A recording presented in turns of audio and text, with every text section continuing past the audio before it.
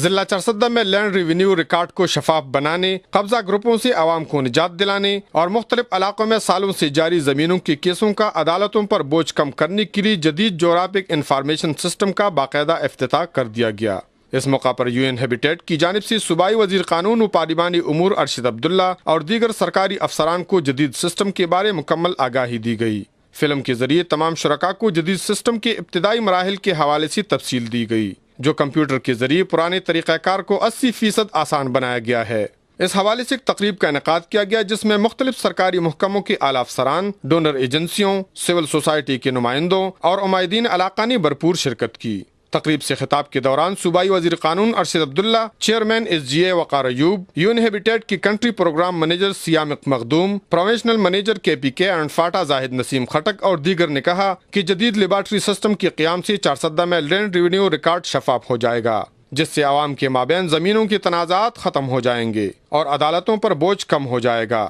جبکہ قبضہ گروپ اور لینڈ مافیا سے عوام کو نجات مل جائے گی۔ انہوں نے کہا کہ سیلاب کی وجہ سے تباہ شدہ زمینوں کی حدود جدید سسٹم کے ذریعے دوبارہ بحال ہو جائیں گے۔ کفایت اللہ، اے نیوز، چارسدہ۔